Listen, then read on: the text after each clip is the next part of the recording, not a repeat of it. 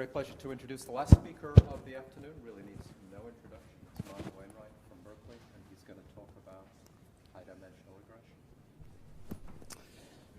Okay, so thanks very much to the organizers. It's been a great workshop so far. This is joint work with a student, Garvesh Raskuti, and a colleague, Bin Yu, both at Berkeley as well. Okay, so the problem is what's called non-parametric regression.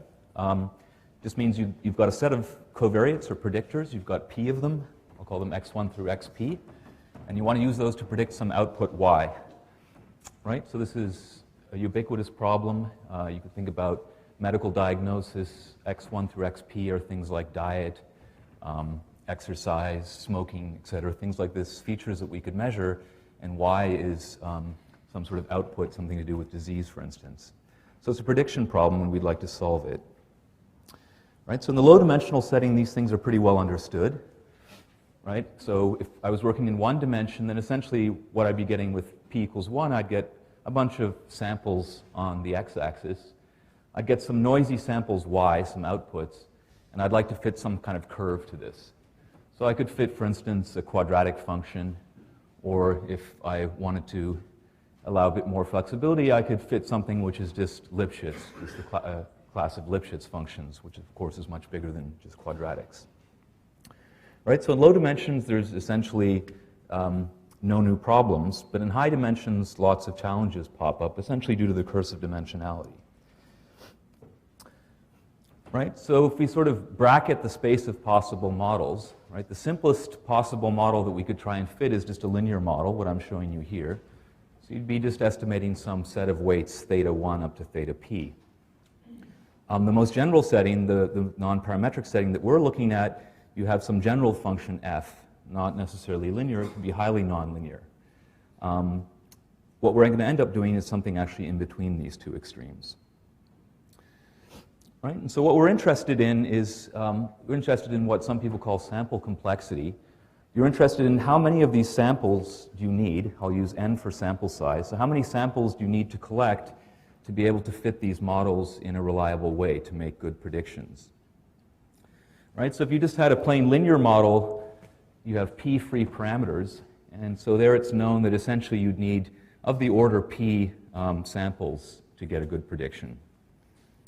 Over the past decade or so, there's been a lot of attention on sparse linear models. Right? So sparsity helps, that's the common theme that's emerged. And it helps essentially because it reduces the p to a log p. So you don't no longer pay a linear price in dimension, you pay a logarithmic price. But if we move away from linear models to general non-parametric models, the price is much more severe for dimension. Right? So there's a very severe curse of dimensionality. If you have a p-dimensional function, let's say I give you another parameter alpha that tells you how smooth it is, how many derivatives you have, you pay a price that's exponential in the ratio p, the dimension over alpha. Right? So these models are somehow much more complex. Unless you really have exponentially many samples, you have to have structure. So I think John Lafferty and his collaborators have done sort of a really great job of pointing out that really in non-parametrics, because of these effects, the need for low-dimensional structure is much more significant than if you're just looking at linear models. Because dimensionality enters in such a severe way. Okay, so what we're going to study is a simple class of models. They're still nonlinear models, and they're known as sparse additive models. What they're doing is they're building on a classical set of non-parametric models known as additive models, which you take a general nonlinear function, you break it into an approximation as a sum of univariate terms. This dates back to work in the 80s by Stone and others. What people have done more recently is they've said, well, I don't want to have a decomposition over the whole space. I want to have it over an unknown subset S of variables. So I want to have a sparse additive decomposition. Right, so the subset is unknown. Right, so this is not a new model. Various people have looked at it. I'll talk in some more detail about some of this work later on. And what's of interest, of course, is finding efficient ways of fitting such models. And what we're interested in this talk is also understanding exactly how many samples you need to get good prediction for such models. Okay, So here's the model a bit more precisely. So what you're looking at is you're going to collect a bunch of samples. I is going to index samples 1 through n. You're going to collect samples that look like yi, that's your output. Some unknown function f star sampled at some point xi, that's a p-dimensional vector, plus some noise. And you're told that the functions are, it has an additive decomposition, and it's a sparse additive decomposition. We're also going to work within a Hilbert space that's going to enforce some smoothness on our functions. So it's a kind of sparse smooth model. Okay, so if computation were not an issue, then it's pretty clear what you should do, right? This is sort of generic. You would do something like minimize a least squares loss function that tells you how close you are to the data. And then you'd minimize it, but over a rather complex set. You'd minimize it over the set of functions that have an S-sparse decomposition. And then you would minimize also over all possible subsets S. Right? So in the best of worlds, that's what you'd do. That's a very good estimator. You can analyze it, and I'll tell you what the rates it gets are later. But we're interested in computationally efficient methods. So of course, we have to, again, search for convex surrogates. Now, what's interesting about these non-parametric problems is that there are actually many different convex surrogates to these kinds of combinatorial constraints. And we're actually going to end up using 2. And it seems important actually to use 2. So let me give you one. Right? So one surrogate is something we call the 1 Hilbert norm. You can think about it as a generalization of the L1 norm to the setting of Hilbert spaces. L1 norm is just like an absolute value on a real vector. This is like the absolute value on the Hilbert norms of a set of functions in p dimensions. Right? So you're taking your function and you're computing a univariate Hilbert norm for each function, and you're summing those up. Right? That's a convex function, and you can think of it as acting as a surrogate for this unpleasant constraint set. Now, another surrogate that you could use, this is different, it has quite different properties. You could form what's called the 1 L2PN norm. L2PN just means you're computing the empirical L2 norm based on the samples, and then again you're taking the L1 norm of those quantities. All right, so this also has this kind of decomposition, and this is the definition of what the empirical norm looks like. Right, so you might ask, well, okay, they both seem to be enforcing some kind of sparsity. Which one is better?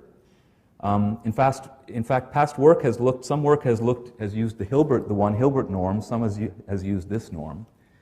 You can sort of think more generally. You can consider a family of estimators, which are of this form, and so you have a data-dependent loss function. You have a regularization penalty of rho for the 1 Hilbert norm, and some other regularization for the 1n norm that I'll call it. Right, so some past work, as I'll discuss, has looked either at the case where mu n is 0, so you just have this, or where rho n is 0, so you have this. As we'll see, having both of them active is actually helpful.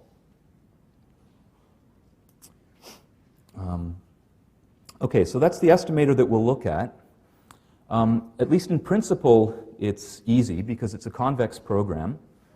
One thing that's a bit unpleasant about it is that it's a convex program in a function space. So you might say, well, how could you compute such a thing?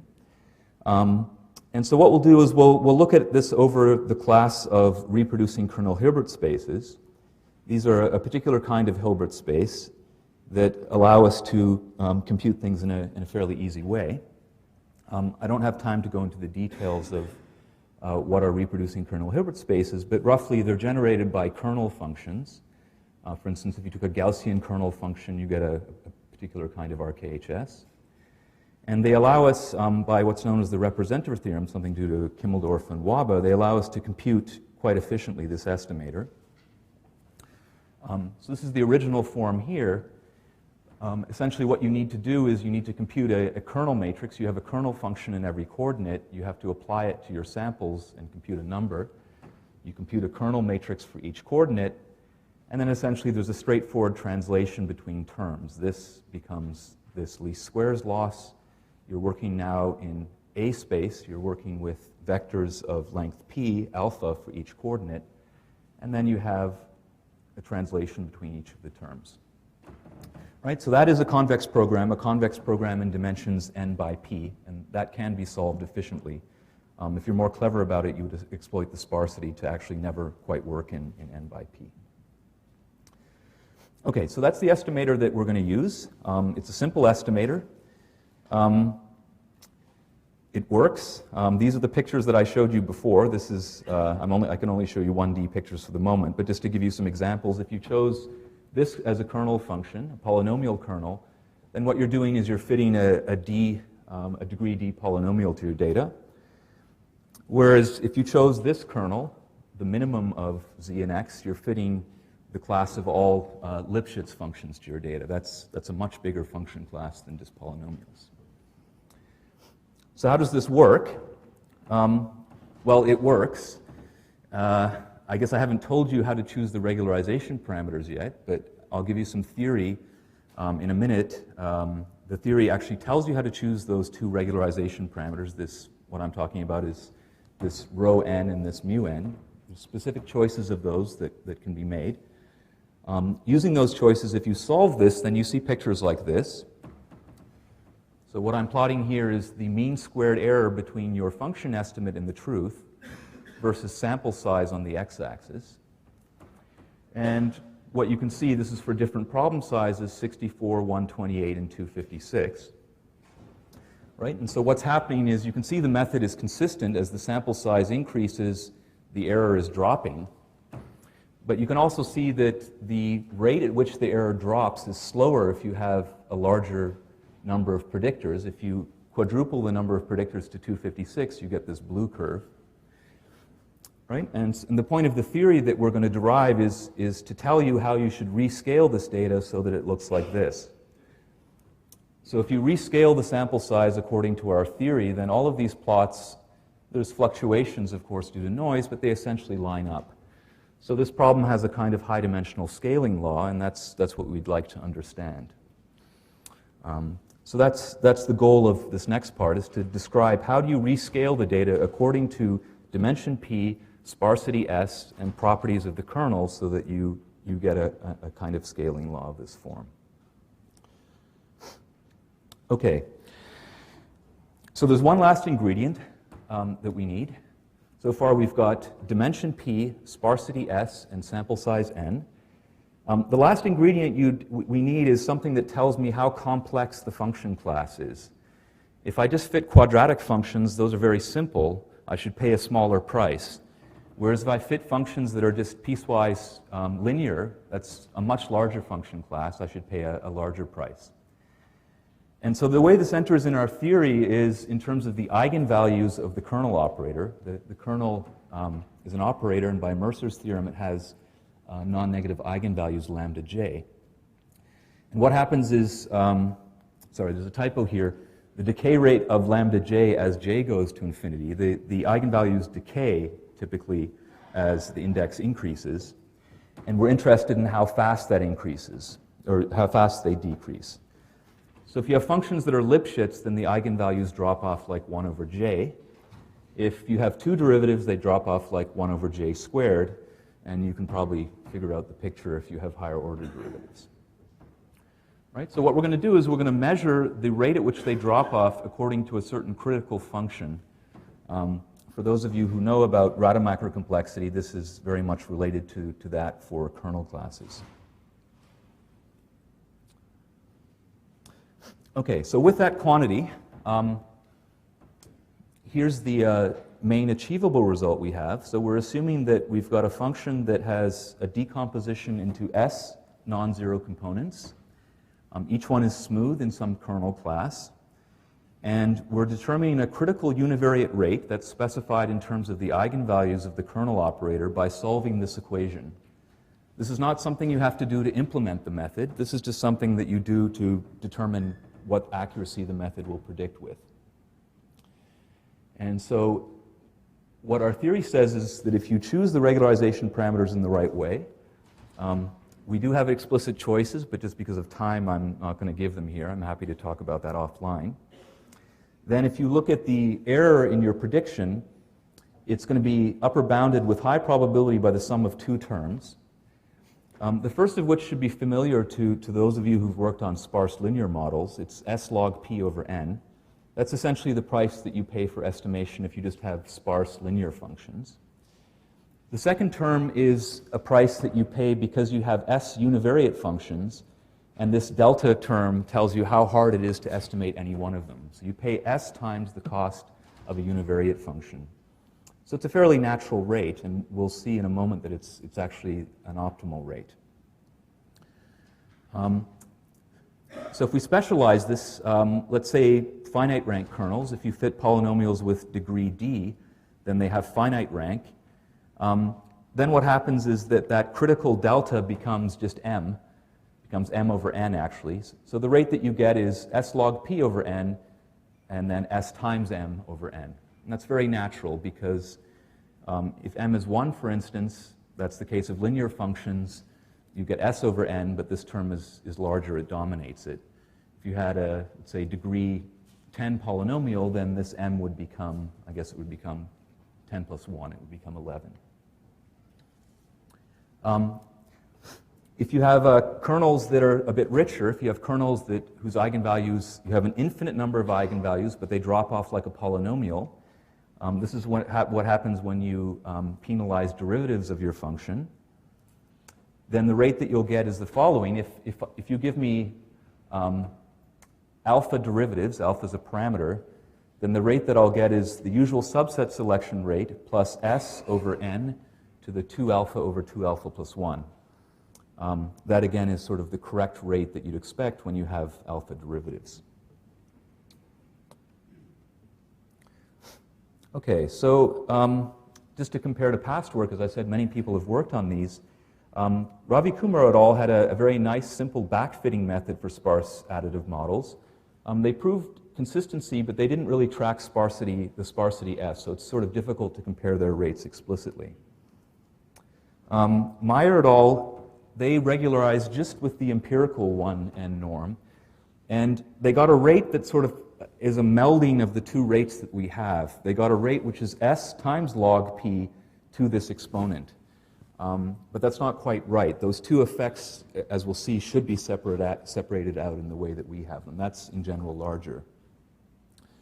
Kolchinsky and Yuan in 2008, they used the other Hilbert 1 regularizer, and they got a rate that was like S cubed log p over n. So again, that's a little bit too big. They also did concurrent work in which they analyzed the estimator that we're looking at, but under a global boundedness condition.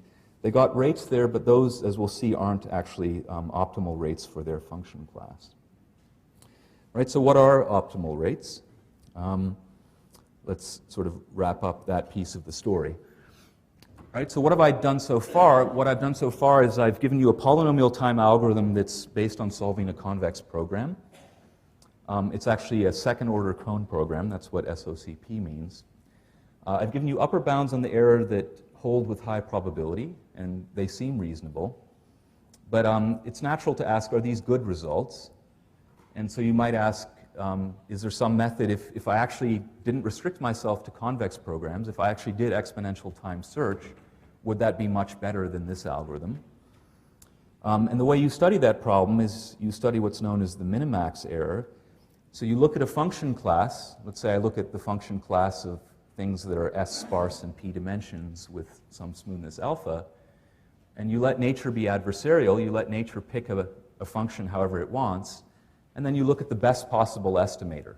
So you look at a min-max, minimizing overall possible estimators. So if you think about this, this is sort of a classical viewpoint, but I think it's a useful one to know that really the way you can study this problem is by thinking of function estimation as a channel coding problem. It's just a rather unorthodox channel coding problem. You're not sending bits over a channel, you're sending functions over a channel. Right? So what nature is going to do is nature is going to have some family of functions, a code book of functions. Nature will pick a function and try and send it to you, and your observation model tells you there's a channel that gives you corrupted versions of that function, and your job is to try and decode. You're trying to estimate f hat, which is a function close to the truth. So this is a classical perspective, but it's one that we'll use here. It's useful in getting lower bounds. One last technical detail. In order to state our rates, we need a slightly different way of measuring complexity of function classes. We need what's known as metric entropy. If someone gives you a function class and someone gives you a tolerance delta, the metric entropy is just the smallest number of delta balls that you need to sort of uniformly cover the function class. Right? So it gives you a sense at sort of resolution delta, how large, how rich is that class of functions. We'll look at two examples. We'll look at function classes that have logarithmic metric entropy, which means there's some m such that the log of the covering number is m times log 1 over delta. There are many things that look like that. Anything parametric looks like that. Anything with finite VC dimension, those of you who know about VC dimension, anything with finite VC looks like that as well. A somewhat richer function class is when you look at things that have polynomial metric entropy. Metric entropy increases as delta grows, let's say like 1 over delta to the 1 over alpha. That alpha is the same as the alpha smoothness that I had before when I was discussing results. Right? So what we can prove is that under the same conditions as our theorem before, there's a constant universal that if you work over a class with logarithmic metric entropy, the minimax error is lower bounded by s log p over s. So there's a slight slop here. We didn't actually prove p over s. We proved log p, but I think that can be improved. And then this is what we had before. You had s times m. M was the prefactor in the logarithmic metric entropy. Right? So that's got the same kind of splitting. You've got a subset selection. You've got a s-variate estimation term. It's got the right feeling to it. If you do it over classes with polynomial metric entropy, then you again get a splitting. You get the subset selection, and this time we get what we had before. You get s, the sparsity, times 1 over n, and then you get a exponent, which of course depends on the smoothness. So as alpha goes to infinity, that exponent goes to 1, and then you get back the usual rate s over n that you'd expect. Right? So what this is showing is that the results we're getting are essentially optimal modulo the division by s there. We're not controlling the constants well, so the results aren't optimal at the constant level, but in terms of the scalings, which I think is the reasonable thing here, they are correct. Okay, so just to wrap up, I think one thing you want to take away is that there's been a lot of work on sparsity in linear models, but somehow structure like sparsity, other structures are even more essential if you move to non-parametric, richer families of non-parametric models. What I spoke about today was a particular convex relaxation based on two kinds of regularization. You can think of them as forcing a certain kind of sparsity and a certain kind of smoothness on your function classes.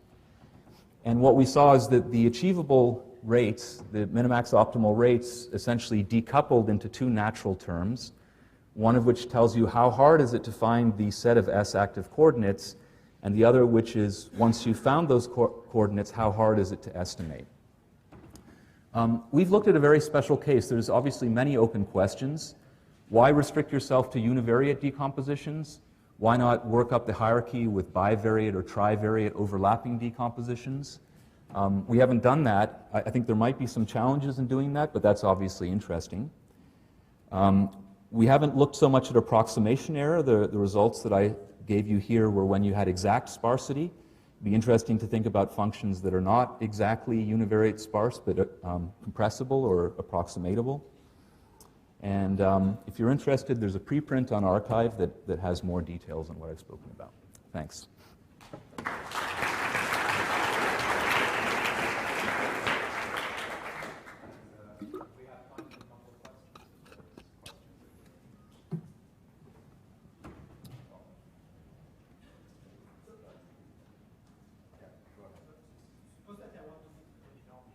Yes.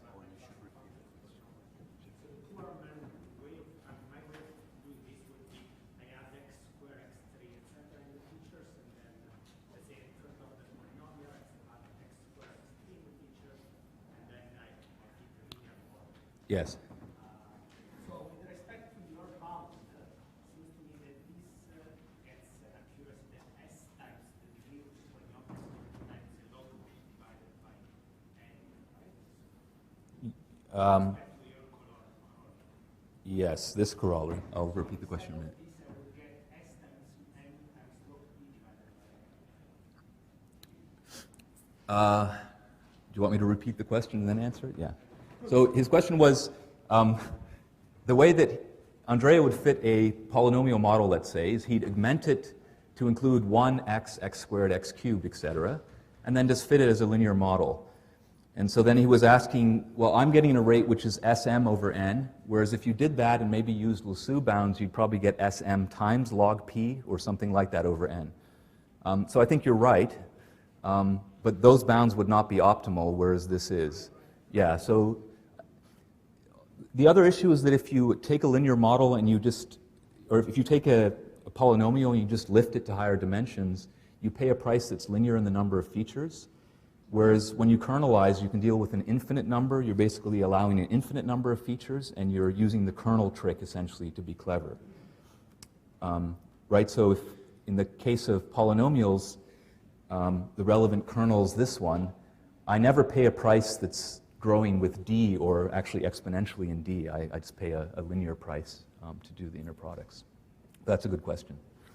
So you require the kernel functions to be Mercer or in your algorithm. I don't see why I should have a Mercer property. So we are assuming that the kernel is positive semi-definite and symmetric. Therefore, by Mercer's theorem, we have this eigendecomposition. But I don't require that. I could choose a kernel. What you're doing is basically you have a bunch of kernel functions. Yes. They don't have to be Mercer because you're not using. I don't see where you're using the dot product property of Mercer. You just said it, but I don't see you use it. Well, there's a little bit of linear algebra in this translation, and we're using it here. For instance, this wouldn't make sense if Kj, the kernel matrix, was not positive semi-definite. And if the kernel function was not positive semi-definite, you'd have no guarantees that this was. So it wouldn't even make sense to write this quantity if we didn't have a semi-definite kernel. But it's not so much a restriction, right? It covers most function class, or many, not most, but many function But classes. it's still you're doing regression, but the regression is still linear. My regression is linear in an infinite dimensional space. That's true. Yeah. No, I could have actually had, I could be, the output also could be in a feature space. Y of I could actually write this totally in feature space and kernelize that. That's different. Yeah, we're not kernelizing the output space, we're kernelizing the input space. Yeah, but I could actually have the output could be in the feature space. That would be a little bit, that's a different. I think that's a different, yeah, if you kernelize the output, it's a different algorithm. Yeah. Is there another